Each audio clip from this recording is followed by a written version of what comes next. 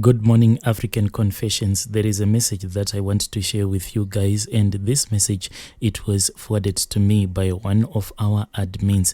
If you have any story that you want to share with us, please do not hesitate to contact us via our email address, or you can use our WhatsApp number, the one that is appearing on your screen right now. So there is a message that I have for you, and this message, it reads like this. Good morning, Brother Nashi and team. I am writing this to you with a broken heart. I regret everything that I did because I feel as if I caused too much pain in another woman's life. As I am writing this to you, this woman that I wronged, she has already passed away, and I keep on telling myself that, please God, may her soul rest in peace. My heart goes to her daughter, as she was left without a mother, and now she had to move back to her grandmother. I was single, and I felt as if time was no longer on my side. Time was moving very fast, and people of my age, they were all getting married, and the pressure kept getting worse. You know, as women, whenever you get married, you make sure that you contact most of your high school friends. This is what happened to me. There was this other girl, me and her, we used to click a lot when we were still in high school, but I felt that there was a little bit of jealousy that was going on between me and her, even though now we were living our separate lives in different towns. But whenever I would post my pictures on my WhatsApp status, then she would be the first one to check my WhatsApp status. Even on Facebook, she kept on stalking me on Facebook, and in return I will do the same. So we had that kind of a pressure. So when she finally got married, she told me that I was invited to her wedding. I went there, and the reason why I went to her wedding, it was because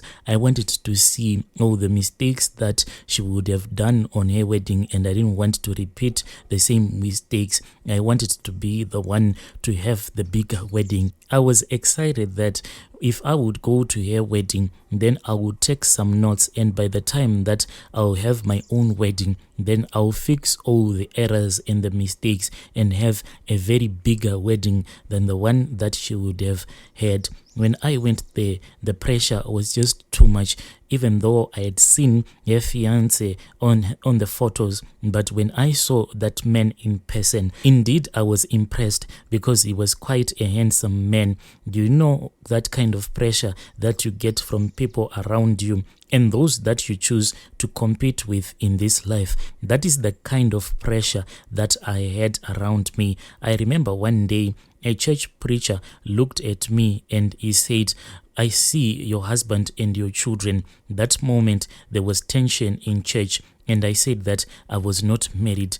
At my age, why that pastor was prophesying, saying that I had children and I had a husband. I was now getting old, such that my sister's children that I used to change diapers, they had grew up and they were almost becoming teenagers. And now it was starting to get embarrassing for me, because whenever I would go around different gatherings, most of the people would think that I had brought along my husband. So I kept on finding myself explaining to different people that I was not yet married. I am not justifying what I did, but I was left with no choice, because I was getting older and I was desperate to get married in time. This is how I ended up meeting this guy. The truth is, when I faced him, he didn't disclose about his marital status. Maybe I didn't even ask him because of my desperation. He pretended to be single, and finally in my dream I saw me and him getting married. Then one day my dream was about to get true. He started visiting my family, saying that he was hungry and we would cook for him. And whenever I was with him, he kept on complaining about him being a bachelor, ever hungry, and wishing that I could quickly get married to him so that I can cook for him, wash his clothes. And I was super excited about this whole new relationship. And I told anyone that wanted to listen to my story about my exciting relationship. One day, that was when I took his phone because I just wanted to make a quick phone call. He had a lot of airtime as he had a phone from work. It is when I saw a woman that was holding a baby and him on a picture. This was very clear. This was his wife. My heart stopped for a while as I felt cold in my feet, and I asked him, "Who is this? What is the meaning of this?" Before he could even explain, the wife then just called and he just said yes and a few words, and then he dropped the call. I was shocked, and he said that he will explain the situation. He just begged me to take his wife to the hospital. He left in a hurry and he went. I didn't want to believe what I had just seen, yet I was being confronted with reality. I refused to accept, but deep inside I knew that indeed this man was married because I had seen the proof for myself. I went home and I slept and I felt so numb. I kept on asking myself, why, but why? Then as my friends were calling me, as they were busy telling me about their lives and their husbands, when they would ask me about my boyfriend, I had no answer. I had to lie that our relationship indeed was doing great. I kept on asking myself as to why God had opened the window to misery so that it can enter into my life and end my life like this. I wanted to end my life. I didn't want some of my former high school friends to laugh at me at my funeral. No, I had to stay strong. I had to come up with a plan. For a few days, I didn't want to talk to anyone, and I went into my room. I cried and I cried. We loved each other and we had clicked all this time. I thought that he was single. He called me and he told me that he was in the hospital, but the baby was not okay. And I said, "Whose baby?" Then he said I would explain. Then I just dropped the call because I was in too much pain. I had a lot of questions, and this was the longest night in my life. I went to sleep, but I was so disappointed. The following day, when we met during lunchtime at a certain restaurant, and he sat me down and he told me that yes, that woman that he had called, that same woman that I had seen in his phone, was his wife, and they were not happy together. She was too controlling, and that wife sometimes would just shout at him, make him to feel as if he was not a man. So he had chosen to move on and find love in a safe place where he will be respected as a man. When he told me that I was like his safe place, I smiled as tears were running down my cheeks. He played audios of the woman and they would shout at each other. He then told me that he wanted me to meet her so that we get to clear the air. I was afraid, but he said, "I want you to see for yourself." The following day, we met in the same restaurant and I sat down as they walked in. And the moment that he started to talk, he told the wife that due to their marital problems, he wanted out of the relationship and he had found the person to move on with, meaning me. The lady went pale and then she said, "But all couples fight. We can fix our problems. Why should you leave me like this?" I was a spectator and I saw tears rolling down her face. Now that I look back, I see that I was not even supposed to be present. The wife left and the husband followed, and I was left seated all alone, everyone just staring at me. She quickly went into the car and he came back and he said, "I will call you." Then he left a card and he told me the PIN for that card because I was supposed to pay for the bills later on, and he went. I was seated all alone and I was left speechless. Then I paid the bill and I left. The following day, he came. Then he convinced me that their marriage was over and I had sinned for myself. Because of selfishness, I also agreed with him and we continued with our sweet love, while that woman would send me a lot of messages shouting at me. I became fed up with her and I started shouting back at her, and the husband would even tell me what I was supposed to tell her. He would tell me all of the things that I am good at when I am in the bedroom. So I will tell that man's wife that the reason why I have taken your man, it is because you do not know how to do this and that. This went for about 6 months, and that is how I ended up consulting with a traditional healer who told me to bring that woman's picture, full name and her surname, and he did what he did, and one day she just woke up dead. She was standing in my way, and I had turned into a devil.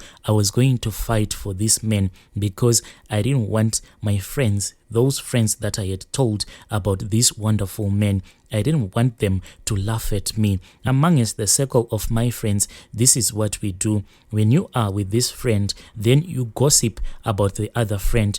It's just a never-ending cycle that goes around and round and round, and I had to do this for my sake. When that man's wife died, I clearly saw that my fiance was not happy, but he never even for a second suspected that I was the one that was behind all of this. The baby was only 2, and she was taken to her grandmother while I had managed to have her father full-time. In 6 months' time, a date was set and he paid lobola privately. Everything had to be done in private because his wife had just passed away in less than a year, so we had to do everything in private.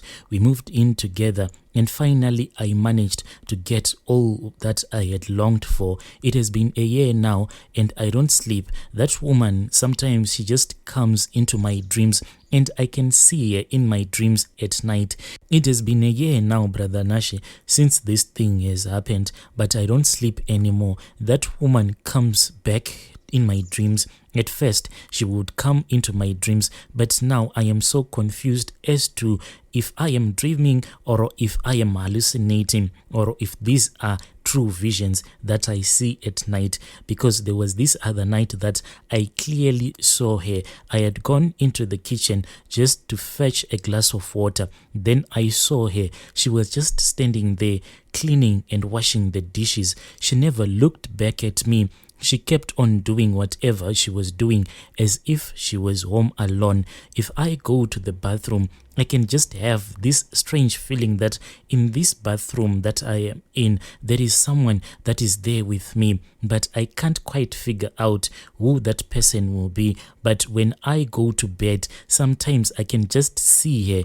After I have seen her in my dreams, then I would wake up. Then there will be a strange figure that will be standing at the edge of the bed, crying, just looking at me. Sometimes I do scream and I tell my husband that I see something, and he wakes up and searches and passes through where she will be standing, and my husband sees nothing. I have no rest and I am not even happy like I wanted to be. Yes, everyone now respects me and I have put more pressure on my former high school mates, but I don't have peace. But I can't let anyone, even my husband, I can't tell him that this is what I am going through, because I am afraid that if I tell him the truth, then it will raise a lot of questions, and I am not ready to answer whatever question that he will ask me after I have told him that I am seeing the ghost of his late wife. I guess this is what they meant when they say that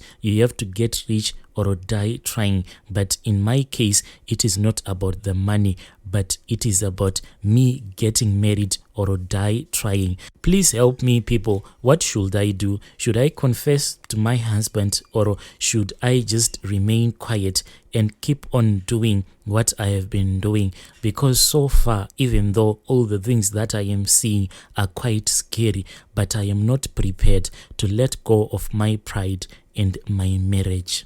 Hey, dear listeners, right there was a message that was forwarded to me by one of our admins.